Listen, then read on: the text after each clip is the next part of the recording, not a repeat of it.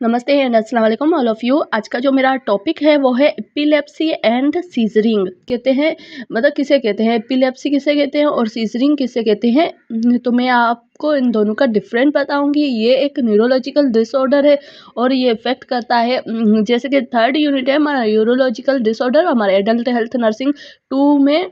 तो उसको हम डिस्कस करते हैं पूरा कि एपिलेप्सी क्या है और सीज़रिंग क्या है, इसके टाइप्स कौन से हैं, ये क्यों काज होता है, ये सब। अब बात करते हैं इंट्रोडक्शन की। इंट्रोडक्शन में क्या कह रहा है कि seizuring is defined as episode of the abnormal electrical activities of the neurons and brain. कि न्यूरॉन्स और ब्रेन में जो इलेक्ट्रिकल एक्टिविटीज होती है वो एक एबनॉर्मल हो जाए, उसके जो एपिसोड्स है वो एबनॉर्मल हो जाए, तो उसको हम कह सकते हैं कि ये सीजरिंग है। मीन्स झटके आना किसी भी पेशेंट को, और या तो इलेक्ट्रिकल सिग्नल जैसे कि वो एबनॉर्मलिटी, और वो क्यों हो सकती है, जैसे कि ग्लूकोज की कमी हो सकती है, बहुत सारे और भी इसके काज हो सकते हैं कि उनकी वजह से। तो इसमें क्या होता है, सीजरिंग में सिर्फ इलेक्ट्रिकल एक्टिविटीज़ है जो ब्रेन की और न्यूरॉन्स की, वो एबनॉर्मल हो जाती है। और एपिसोड्स में हम कहते हैं कि chronic disorder characteristic recurrent episode of scissoring. मतलब कि कोई ऐसा क्रोनिक डिसऑर्डर हो इसका और वो रिकरेंट बार बार इसके सीजरिंग के एपिसोड बार बार हो जाए। इसमें क्या है कि कभी एपिसोड हो, मतलब कि सीजरिंग उसे कहते हैं कि एनी एपिसोड, कोई भी ऐसा एब्नॉर्मल इलेक्ट्रिकल एक्टिविटीज का एपिसोड।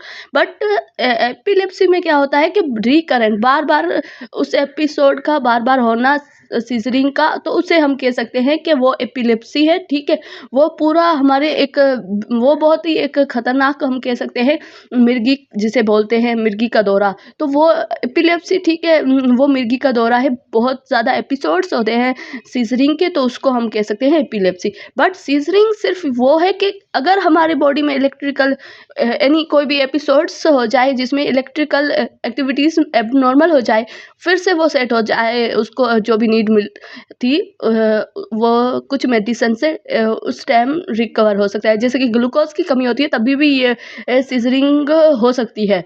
तो ऐसे बहुत सारे रीज़न हैं जो सीजरिंग काज करवा सकते हैं। बट एपिलेप्सी बार बार सीजर होना, तो उसको हमें एपिलेप्सी कहते हैं। ठीक है, उसके अलावा इसके नीचे लिखा हुआ है they are problem is a electrical disbalance. अगर डिस्टर्बेंस है इलेक्ट्रिकल जो नर्व और सेल्स में, वो क्या करवाती है, करवाती है एबनॉर्मलिटीज जो बार बार हो रही है। ठीक है, डिस्टर्बेंस वो, और recurrent uncontrolled electrical discharge के अनकंट्रोल जो इलेक्ट्रिकल एक्टिविटीज़ हो वो एबनॉर्मल हो, रिकरेंट, और उसके अलावा अनकंट्रोलेबल जो कंट्रोल ना हो, तो उसको हम कह सकते हैं एपिलेप्सी, जो ज़्यादा इफेक्ट करवाती है हमारे इलेक्ट्रिकल सिग्नलिंग में। तो इसकी काज की बात करते हैं तो सबसे पहले हमें यही दिखाई देता है कि इडियोपैथिक के अननोन काज है, कोई भी इसका स्पेसिफिक कोई काज नहीं है। ठीक है, बट रिस्क फैक्टर हो सकते हैं जैसे कि इन्फेक्शन हो जाए, या फिर हेड इंजरी हो जाए, या फिर हाई ग्रेड फीवर होता है, वो भी एक काज करवा सकता है हमारे। और उसके अलावा जैसे कि हेरिडिटी, या फिर जीन्स में कोई चेंजेस हो जाए, या फिर मेटाबॉलिक कोई एबनॉर्मलिटी हो जाए, या फिर ब्रेन ट्यूमर हो जाए, तो ये क्या करवाते हैं, ये एक रिस्क फैक्टर है कि वो सीजरिंग करवा सकते हैं। या फिर उसके अलावा जैसे कि मेटाबॉलिक में हम कह सकते हैं कि ग्लूकोज की कमी हो जाए, तो वो काज करवा सकते हैं, हमारे इलेक्ट्रिकल सिग्नलिंग पे इफेक्ट कर सकते हैं। या फिर हेड इंजरी हुई हो, ये सब चीज़ें हमारे एक काज में आती है। बट इसका जो एक्चुअल कोई भी काज नहीं है, इडियोपैथिक है ये डिसीज। तो अब सबसे पहले बात करते हैं पैथोफिजियो की। तो उसमें क्या आता है, कोलिनर्जेटिक एक्साइटर्स, न्यूरोट्रांसमीटर्स के कोलिनर्जेटिक जो एक्साइटर्स होते हैं, जिसके दो हमने न्यूरॉन्स पढ़े थे, मस्क्राइनिक एंड निकोटिनिक रिसेप्टर, वो क्या करते हैं, कोलिनर्जेटिक जो एसिटाइल कोलिन है उसको बढ़ाते हैं। एसिटाइल कोलिन जब बढ़ता है तो दे काज एक्साइटेड फॉर न्यूरॉन्स, वो काज करवाता है ज़्यादा न्यूरॉन्स को, मतलब कि उनका भी वर्क जो acetyl choline increase the acetyl choline production को भी इंक्रीज करता है, और उसके न्यूरॉन्स के वर्क को भी इंक्रीज करता है। और उसके काज में इंक्रीज होता है एक्साइटर्स इफेक्ट, एक्साइटर इफेक्ट बहुत इंक्रीज होता है, जैसे कि इलेक्ट्रिकल इम्पैक्ट है वो इंक्रीज होता है। उसके बाद न्यूरॉन्स बिकम्स मोर एक्साइटेड, और न्यूरॉन्स उससे भी ज़्यादा एक्साइटेड होते हैं और फिर वो काज करवाते हैं हमारे बॉडी में सीजरिंग्स, ठीक है, झटके आना इलेक्ट्रिकल। अगर इलेक्ट्रिकल सिग्नल जो हमारे न्यूरॉन्स ले जा रहे हैं, न्यूरोट्रांसमीटर्स एसिटाइलकोलिन के ले जा रहा है, तो वो क्या करेगा, अगर एसिटाइलकोलिन बढ़ गया है तो वो इफ़ेक्ट करेगा, वो सिग्नल मतलब हाई लेवल में वो सिग्नल प्रोड्यूस करेगा। उसके अलावा ये है GABA जो इनहिबिटर है, ये क्या करता, ये भी एक न्यूरोट्रांसमीटर है। ये क्या करवाता है, the cause inhibit of neurons, ये न्यूरॉन्स को इनहिबिट करता है, फिर डिक्रीज हो जाती है GLP की प्रोडक्शन को, फिर डिक्रीज करता है इनहिबिटर एक्शन को। इनहिबिटर जब एक्शन ही इनहिबिट हो जाता है, फिर क्या करता है, जो न्यूरॉन्स है वो ज़्यादा एक्साइटेड हो जाते हैं, फिर वो भी काज करवाते हैं एपिलेप्सी को। एपिलेप्सी और सीजरिंग को अगर वो बार बार हो रहा है तो वो एक एपिलेप्सी का काज करवा सकता है, वरना सीजरिंग जैसे कि झटके आना, वो हमारे न्यूरॉन्स का ही काम होता है। कभी उनकी प्रोडक्शन ज़्यादा हो जाती है, कभी बहुत ही कम हो जाती है, तो उनकी चीज़ों की वजह से हमारी बॉडी डिस फंक्शन होके एबनॉर्मल वर्क करती है। इसके बाद बात करते हैं क्लासिफिकेशन ऑफ सीजरिंग की। तो सबसे पहले आता है पोर्टल सीजरिंग। पोर्टल सीजरिंग में भी 3 टाइप आते हैं, जैसे कि सिंपल पोर्टल, कॉम्प्लेक्स पोर्टल या फिर सेकेंडरी जनरलाइज पोर्टल। जो भी पोर्टल सीजरिंग है वो सब। और उसके बाद सेकंड में आता है जनरलाइज सीजरिंग, उसमें एब्सेंस आता है या फिर टॉनिक एंड कॉलोनिक और टॉनिक कॉलोनिक ऑटोनिक, ये सब इसमें आता है, ठीक है। इसको हम पूरा एक डिस्क्राइब करेंगे, डिटेल में पढ़ेंगे इन क्लासेस को।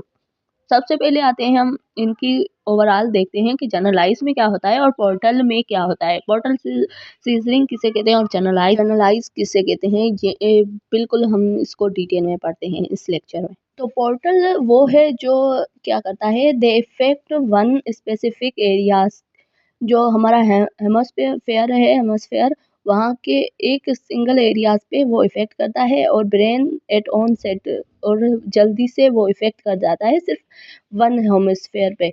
और जो जनरलाइज है वो क्या करता है, बोथ पे इफ़ेक्ट करता है, हमारे ब्रेन के जो 2 हेमोस्फेयर है उन दोनों पे इफ़ेक्ट करता है। उसके अलावा ब्रेन ऑन सेट इफ़ेक्ट करवाता है। इसकी रिजल्ट जो पोर्टल है उसकी रिजल्ट में may be not cause Altered for unconsciousness, वो काज करवाता है या कभी कभी नहीं करवाता है कि अनकॉन्शियसनेस नहीं होती है। इसमें क्या करता है, लॉस करवाता है कॉन्शियसनेस। रिजल्टिंग इसकी आती है क्योंकि जनरलाइज होता है, बहुत सारे जो इफेक्ट करता है तो अनकॉन्शियस हो जाता है पेशेंट्स, ये लॉस ऑफ कॉन्शियसनेस करता है। और इसमें बहुत ही कम, एक हम कहते हैं ना अल्टर्ड, में नॉट बी और मे बी, तो इसमें कभी कभी ऐसा होता है कि अनकॉन्शियस हो जाता है बंदा। तो ये दोनों इसके जनरलाइज और पोर्टल, ये दोनों के इनकी हमने पढ़ा है कि ये है क्या, ठीक है। हेमोस्फेयर होता है ना, उस पे ये इफेक्ट करता है और ब्रेन ऑनसेट इफेक्ट बहुत ज़्यादा जल्दी इफेक्ट करवाता है, वो है। और उसके अलावा हमने इसके अनकॉन्शियसनेस और कॉन्शियसनेस पढ़ ली। इसमें सबसे पहले डिस्कस करते हैं पोर्टल को। तो partial seizures affect one specific area in one hemisphere of the brain onset, मतलब कि वो एक ही ब्रेन पे इफेक्ट करता है, एक ही हेमस्फेयर ब्रेन के एक ही पार्ट पे, और वहाँ पे वो क्या करता है, मे बी और मे नॉट बी, वो अनकॉन्शियस उसको कर देता है या फिर लॉस ऑफ कॉन्शियसनेस कर देता है। और उसके जो हमने पढ़े थे 3 टाइप, जैसे कि सिंपल पोर्टल और कॉम्प्लेक्स पोर्टल और सेकेंडरल पोर्टल, जनरलाइज पोर्टल, ये 3 टाइप्स। तो इनको अब हम डिटेल में पढ़ते हैं कि सिंपल क्या है, कॉम्प्लेक्स क्या है या फिर सेकेंडरी क्या है, ये सब। उसके बाद बात करते हैं सिंपल पोर्टल सीजरिंग की। तो वो क्या करता है, वन स्पेसिफिक पार्ट ब्रेन का होता है उस पर इफेक्ट करता है। उसके अलावा they have not cause unchange of consciousness, वो काज नहीं करवाता है, हमें अनकॉन्शियस नहीं बनाता है, ठीक है, हम जो सिंपल पोर्टल सीजरिंग है वो। उसके अलावा इसकी result in the symptoms related to the areas of the brain effect, कि कहाँ पे वो इफेक्ट हुआ है और उस हिसाब से उसके सिम्टम्स होते हैं। और सिम्टम्स में include in the unusual taste in the mouth, vomiting and sweatings and facial touchings and dependings upon the area affected, कि कौन सा एरिया इफेक्टेड हुआ है उस हिसाब से ही उसके सिम्टम्स हमें दिखाई देते हैं। सिंपल में आपको एक मतलब कि अच्छे तरीके से पता होना चाहिए। सिंपल सीजरिंग है, ठीक है, पोर्टल सीजरिंग है, उसमें क्या होता है, अनकॉन्शियस नहीं होता है पेशेंट्स, सिर्फ उसकी है ना, वो क्या करता है कि वो एक स्पेसिफिक पार्ट पे होता है और वहाँ के ही सिम्टम्स वो दिखाई देते हैं, जहाँ पे न्यूरोलॉजिकल इफेक्ट पड़ा है वहाँ के ही सिम्टम्स वो दिखाई देता है। और उसके अलावा कॉम्प्लेक्स पार्टल सीजरिंग की बात करते हैं तो वो क्या करता है, effect in large area, brain का जो लार्ज एरिया होता है उसको मतलब के इफेक्ट करता है। Loss of consciousness, Altered loss of consciousness के उसकी वजह से कि लॉस ऑफ कॉन्शियसनेस भी हो सकती है। तो कॉम्प्लेक्स है जो ब्रेन के लार्ज एरिया पे इफेक्ट करता है। और उसके सिम्टम्स की बात करें तो वो भी उसके हिसाब से ही होंगे। बात करते हैं secondarily and generalize partial seizing. The bean as a portal seizing is a one areas of the brain and spread to effect of our whole brain, कि वो क्या हो कि एक एरिया पे हो पर वो स्प्रेड हो जाए, मतलब कि फैल जाए पूरे ब्रेन में, तो उसको हम कह सकते हैं कि जनरलाइज वो बन जाता है, सेकेंडरी जनरलाइज। हम इसको पोर्टल सिस्टम इसलिए कहते हैं कि एक स्पेसिफिक एरिया पे हुआ है, फिर वो क्या करता है, वो एरिया सेकेंडरी में हमेशा क्या होता है कि किसी और चीज़ की वजह से, अगर वो यहाँ पे इफेक्ट हुआ है ना तो उसकी वजह से क्या होगा, पूरे ब्रेन पे वो इफेक्ट करेगा, वहाँ के जितने भी जो न्यूरॉन्स होंगे उन पे इफेक्ट करेगा। तो जनरलाइज में हमने जो दो क्लासेस पढ़ी, एक पोर्टल एक जनरलाइज सीजरिंग। पोर्टल सीजरिंग में हमने 3 क्लासेस पढ़ी, सिंपल, कॉम्प्लेक्स एंड जो जनरलाइज हमने पढ़ा था, ये 3। फर्स्ट सेकेंडरी जो फर्स्ट था हमारा, सिंपल में सिर्फ एक साइड पे इफेक्ट होता है, उसी हिसाब से सिम्टम्स आते हैं और वो ज़्यादा अनकॉन्शियस किसी पेशेंट को नहीं बनाता। उसके बाद हमने कॉम्प्लेक्स पढ़ा तो वो उसमें क्या होता है, ब्रेन का लार्ज पार्ट इफेक्ट करता है, लार्ज एरियाज ब्रेन का होता है वो इफेक्ट होता है और उसमें जो सिम्टम्स होते हैं वो भी उसी हिसाब से होते हैं। और सेकेंडरी में हमने पढ़ा कि सेकेंडरी में क्या होता है कि जो हमारी जहाँ पे इफेक्ट हुआ है वो, और उसके अलावा वो इफेक्ट पूरी हमारे जो होल ब्रेन है, पूरा ब्रेन है, उस पर भी इफेक्ट करे, उसका इफेक्ट दिखाई दे, तो उसको हम कहते हैं सेकेंडरी जनरलाइज सीजरिंग। अब पढ़ते हैं जो हमारे, जैसे कि जनरलाइज एक खुद क्लास है उसको, उसमें सबसे पहले एब्सेंस आता है, फिर 2-3 और क्लासेस जैसे कि tonic and colonic and tonic colonic, ये सब ये अब इसमें डिस्कस करते हैं, ठीक है। अब देखते हैं जनरलाइज क्लास में होता क्या है। इसके जो बोथ हेमस्फेयर है वो इफेक्ट हो जाते हैं और पेशेंट्स अनकॉन्शियस हो जाता है। मोटर जो है ना, मोटर न्यूरॉन्स वो प्रॉब्लम हो जाती है, ठीक है, मोटर्स न्यूरॉन्स में प्रॉब्लम हो जाती है। उसके अलावा इसमें एब्सेंस या फिर tonic colonic and tonic colonic, ये सब इसके जो भी है, इसके जैसे कि क्लासिफिकेशन के टाइप से कि इनमें कौन कौन से क्लासेस आती है या फिर टाइप्स आते हैं, उनको हम देखते हैं। पहले इसका फर्स्ट टाइप देखते हैं, एब्सेंस सीजरिंग। तो उसमें क्या होता है, ये एक जनरलाइज क्लासेस का है, ठीक है। जनरलाइज जो सीजरिंग है उसकी क्लास का टाइप है एब्सेंस सीजरिंग। इसमें क्या होता है कि जनरलाइज नॉन कन्वेंसिव एपिसोड्स इवेंट्स के, नॉन कन्वेंसिव मीन्स बार बार होना है, कोई भी एक उसका कोई रीज़न ना हो, मतलब ये बार बार होना हो। उसके अलावा एक्सप्रेस्ड मेनली द डिसबैलेंस, मतलब कॉन्शियसनेस जो होती है हमारी, उसको यह क्या करता है, इफेक्ट करता है, ठीक है। और डिसबैलेंस करता है या डिस्टर्बेंस करता है उनमें। और उसके अलावा ये मोस्ट कॉमन चाइल्ड्स में होती है, बच्चों में होती है।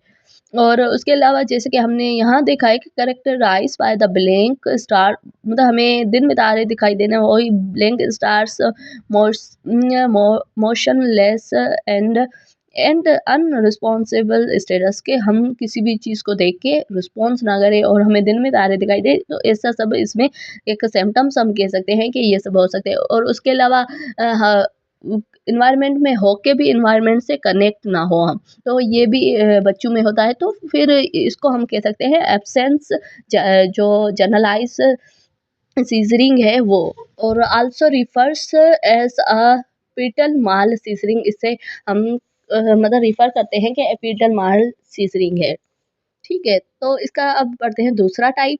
उसके बाद बात करते हैं इसके जनरलाइज जो सीजरिंग है उसके दूसरे टाइप की, जो है एटोनिक सीजरिंग्स ड्रॉप अटैक, जिसमें क्या होता है, मसल्स की जो टोन होती है वो लॉस हो जाती है और वो एक जगह पे सही से कोई पेशेंट्स वहाँ रह नहीं पाता सही, वो गिर जाता है, ऐसे उसके हाथ पैर अकड़ जाते हैं। उसके अलावा हम फॉल्स टू द ग्राउंड्स, वो मतलब कि ग्राउंड में हो या फिर कहीं हो तो उसको फॉल्स कोई इंजरी होने के भी चांसेस हो सकते हैं। उसके अलावा एक colonic scissoring consist of rhythmic Motors, जो रिदमेटिक मोटर की मूवमेंट होती है, दे काज स्टिमुलेशन फॉर सेरिब्रल ऑर्गन्स, जो सेरिब्रल ऑर्गन्स होते हैं उन पे इफ़ेक्ट करती है, और वो क्या करती है, they typically generalize colonize seizures involve the, मतलब कि वहाँ के जो मसल्स होते हैं ना और रिंकिंग जेंकिंग बन जाते हैं।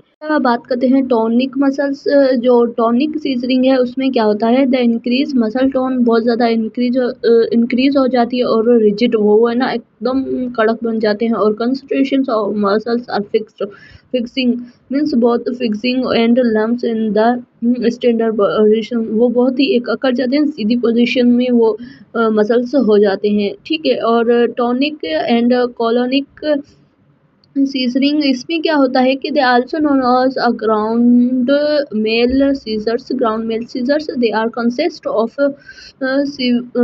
सेवरल मोटर बिहेवियर के, कुछ ऐसे मोटर जो हमारे मोटर न्यूरॉन्स होते हैं जिन जो क्या कहते हैं सिग्नल पहुंचाते हैं, उनमें कुछ सीवियर मोटर बिहेवियर चेंजेस हो जाए, ठीक है। एंड जनरलाइज टोन कंसंट्रेशन जितनी होती है उससे एक्सट्रीमिटीज जो listing for few seconds follow they are colonic rhythmic movement is a prolonged and postural confusions and positional confusions, and patients have a incontinent for the urine and stools। क्या हो जाता है कि इसमें बहुत ज़्यादा टाइम से क्या इसमें जो रिदम है ना वो एबनॉर्मल हो जाती है, प्रोलॉन्ग बहुत ज़्यादा टाइम से, और वो उस पेशेंट्स के जो एक वो क्या कहते हैं, हम कहते हैं ना ये खुद अपने बस में नहीं है वैसा बन जाता है, और उस हिसाब से क्या हो जाता है उसकी यूरिन और स्टूल भी पास हो सकता है, जैसे कि इनकॉन्टिनेंट हो सकता है, खुद ब खुद पास हो सकता है। इसमें बहुत ही एक हम कह सकते हैं कि सीवियर मोटर बिहेवियर होता है, बहुत सिवरल, बहुत ज़्यादा सिवरल, एक से ज़्यादा सिवरल मोटर बिहेवियर जो एबनॉर्मल हो तो उसकी वजह से ये हो जाता है। इसको बोलते हैं टॉनिक कॉलोनिक एंड सीजरिंग। ये सब इसके टाइप थे जो हमने पढ़े, 4 टाइप्स। अब हम इसके पढ़ते हैं। इसके बाद बात करते हैं डायग्नोस टेस्ट की, तो सबसे पहले ईईजी आती है जो जो है ना ग्राम्स जो हम ब्रेन की करवाते हैं। उसके अलावा आती है एमआरआई और कंपेक्टेड टोमोग्राफ, ये सीटी आती है जो हम ब्रेन की करवाते हैं। ये 3 टेस्ट है जो किसी भी पेशेंट को अगर सीजर है या फिर एपिसोड्स है उसके सीजर्स के बार-बार एपिसोड्स, एपिलेप्सी है तो उसको हम ये डायग्नोस करने के लिए ये टेस्ट करवाते हैं। उसके बाद बात करते हैं डायग्नोस टेस्ट की, तो सबसे पहले आता है सेरिब्रल एनोक्सिया और ब्रेन डेथ या फिर इंस्पेक्शंस, और उसके अलावा रेस्पिरेटरी अराइसिस हो सकते हैं, स्टेटस ऑफ एपिलेप्सी भी हो सकती है। मैंने कहा अगर लॉन्ग टर्म तक कोई सीजरिंग है तो फिर वो एपिलेप्सी में कन्वर्ट हो सकती है अगर ट्रीट ना किया जाए तो। उसके बाद बात करते हैं नर्सिंग मैनेजमेंट की, तो सबसे पहले नर्सिंग मैनेजमेंट में आता है कि स्टे विथ द पेशेंट्स, हमें पेशेंट्स के साथ रहना चाहिए ताकि उसको कभी भी किसी भी टाइम पे वो सीजरिंग के झटके आ सकते हैं। और उसके बाद है कि do not force any between the teeth, के टीथ के बिटवीन हम कोई ऐसी भी फोर्स नहीं देंगे ताकि जब उसको सीजरिंग होगी किसी पेशेंट को उस टाइम, क्योंकि क्या होता है कि ये पेशेंट्स वो एक अब नॉर्मल इलेक्ट्रिकल सिग्नल होते हैं, वो इफ़ेक्ट तो कुछ नहीं पड़ेगा हमारे ब्रेन पे, और उसके अलावा दूसरे भी इफ़ेक्ट हो सकते हैं अगर हम उसको और कोई फ़ोर्स देते हैं बिटवीन टीथ तो।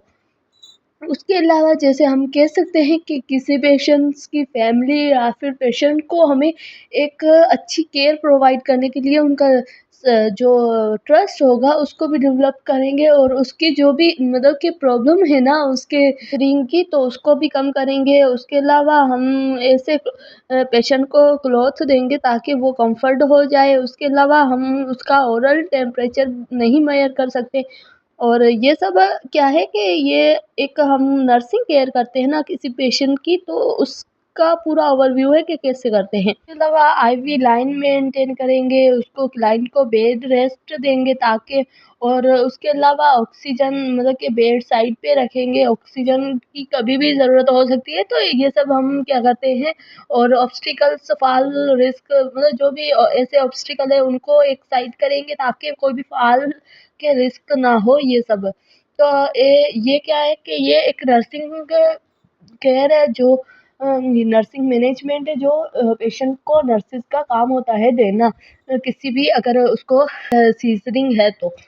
So thank you so much, आज का वीडियो इतना ही, मिलते हैं नेक्स्ट वीडियो में, टेक केयर।